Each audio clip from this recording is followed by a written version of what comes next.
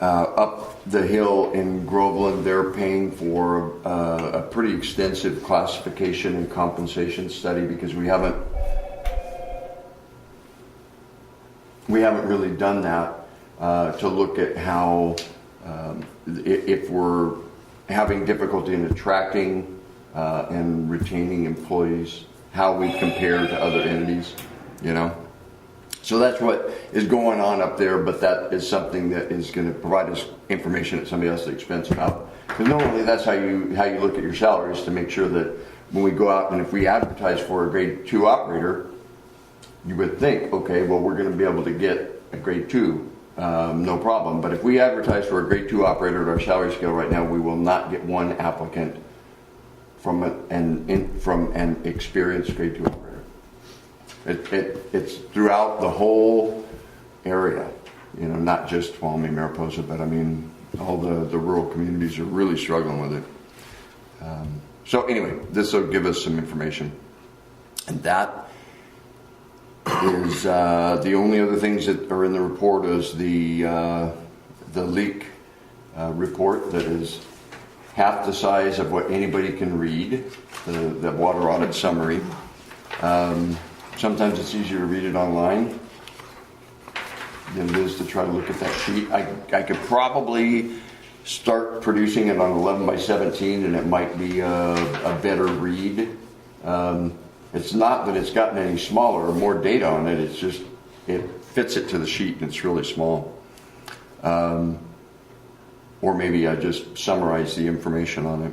But we're still looking at high leakage rates, and it's completely due to the service lines. I mean, we had you can see on that report, I don't remember if it was 12 or 15, I'd have to look at it, of service lines that were replaced in August. So they just keep popping up.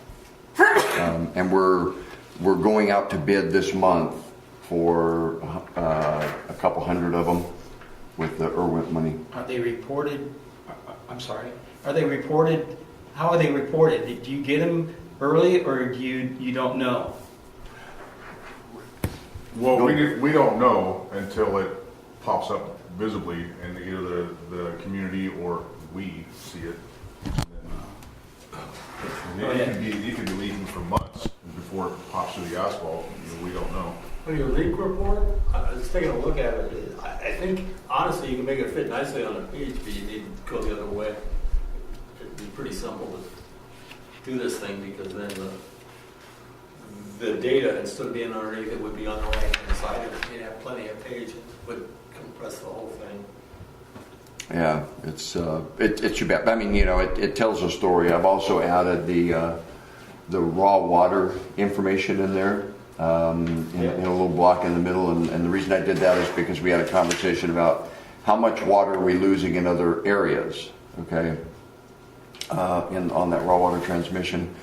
And even though the leak continues there, when you look at the amount of water that's pumped from the lake, and that's metered, plus the amount of water that's pumped from the wells, and that's metered, and you add that up and you calculate in the change in the tank level out here, okay, because it may be empty when we read it 1 month and then full the next, so you got a couple acre feet stored in there.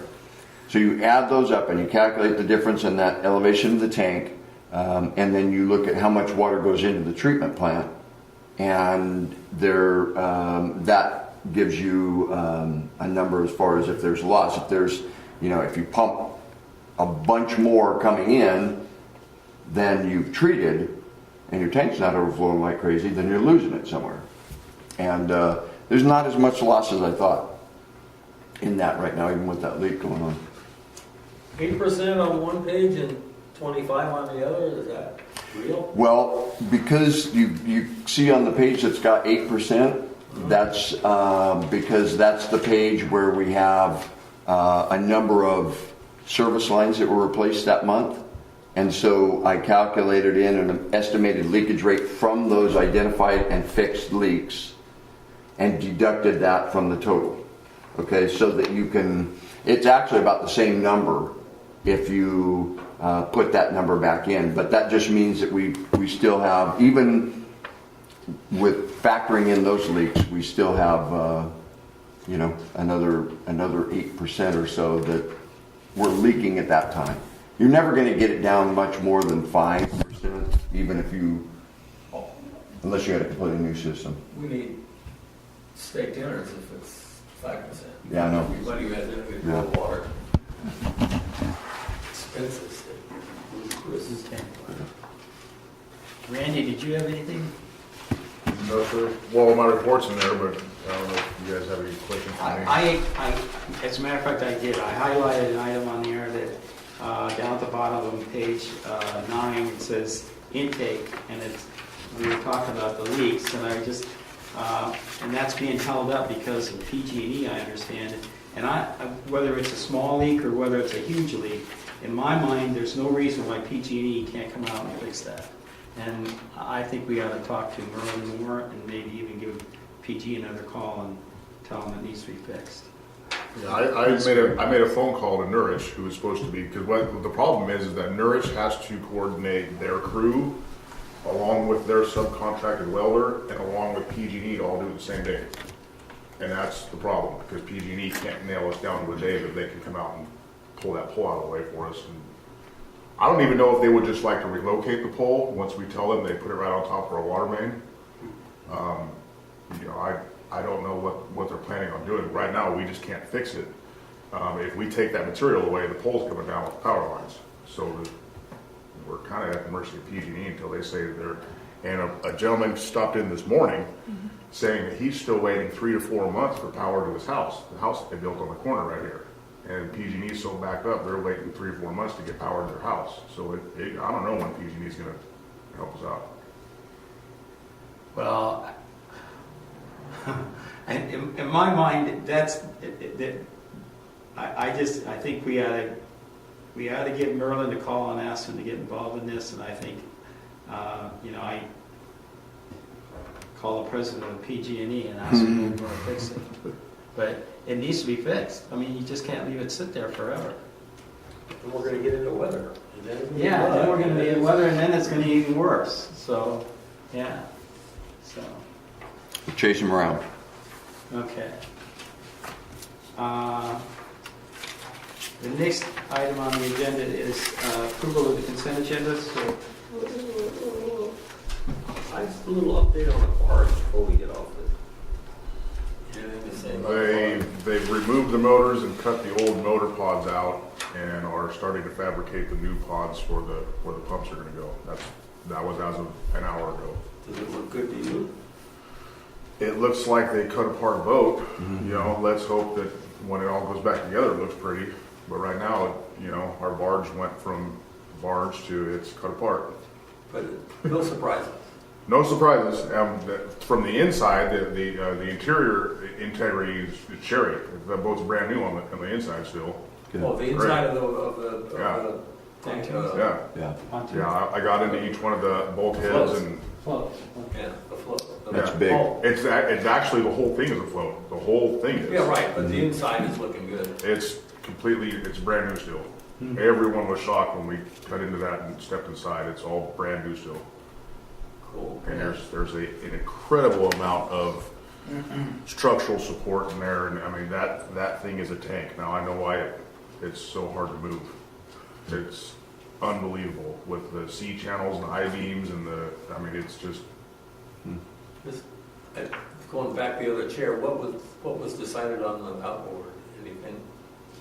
I just had a conversation with them to hold off until, you know, hold off until they get everything else done, and you know, if only if it needs to be purchased for the purpose of fitting anything up or, you know, testing and delivery or whatever, you know. Perfect.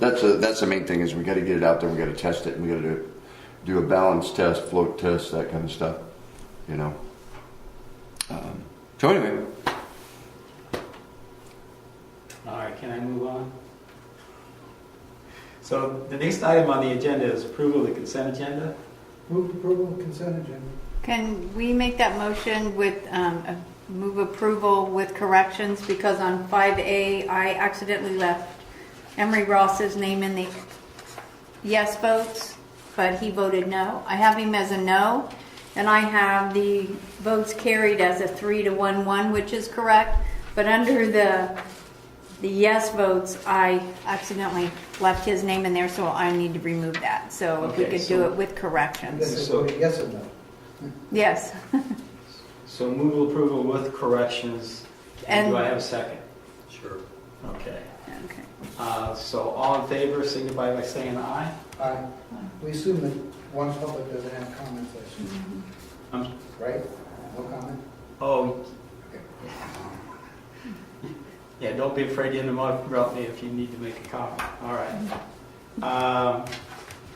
So let me move on to the next item, which is, by the way, the approval agenda was approved. We have one absent, so we had 4 in favor and 1 absent. And the next item is adoption of the resolution accepting dedication of the water system improvements to serve the Dollar General store located on Las Palmas. So I still don't have the ability to be able to make a recommendation or provide you a resolution because they have not provided the information that they need to per their agreement that we entered into for us to be able to accept the water main. To bring you back to what occurred there, it's normal when you have a development project come in that you enter into agreement with them to construct infrastructure. And in this case, they had to upsize a section of water main and make the service connections back on that new main and abandon the old. And that was to be able to provide the fire hydrant that's in front of the building to give them fire flow so that they could meet the fire building requirements.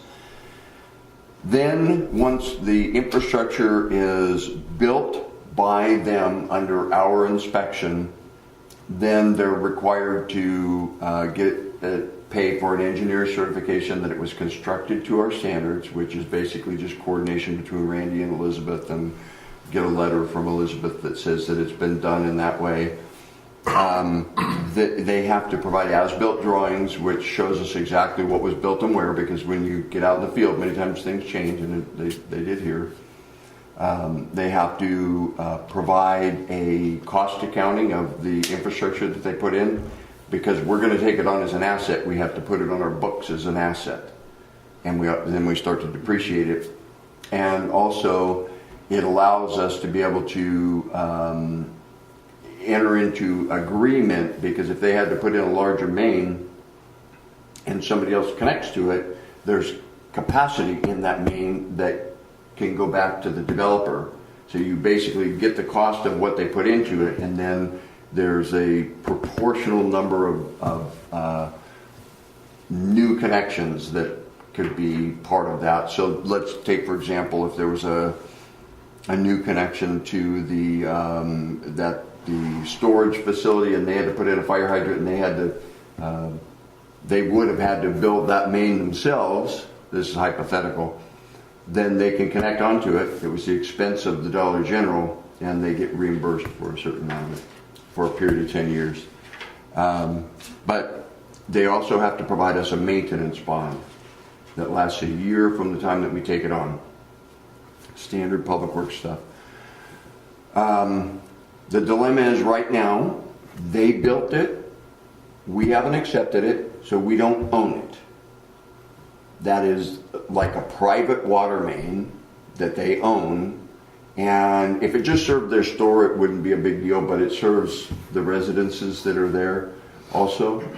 And so it is a concern. I mean, it's not that we don't have control over it, it's just if it breaks, if it causes any damage, if it creates a sinkhole, anything like that, it's at their expense at Dollar General's. So they need to get with the program and get us I believe we're good on the as-built drawings probably, but they need to put another deposit down because it's, we've spent all of their deposit and more.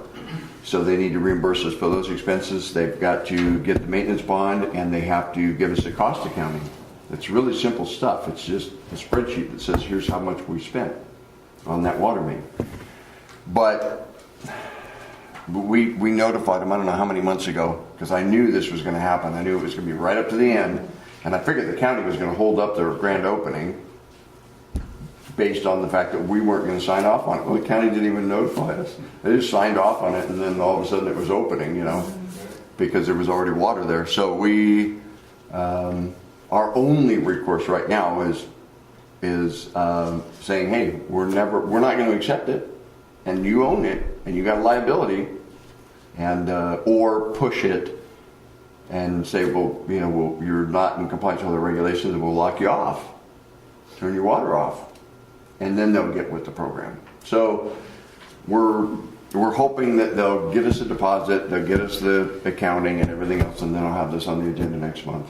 But if they don't do anything between now and next month, if they're just non-responsive like they have been, you know, over the last few weeks, I'll probably I'll let you know we'll be locking them off, you know, but we'll give them another month to get it.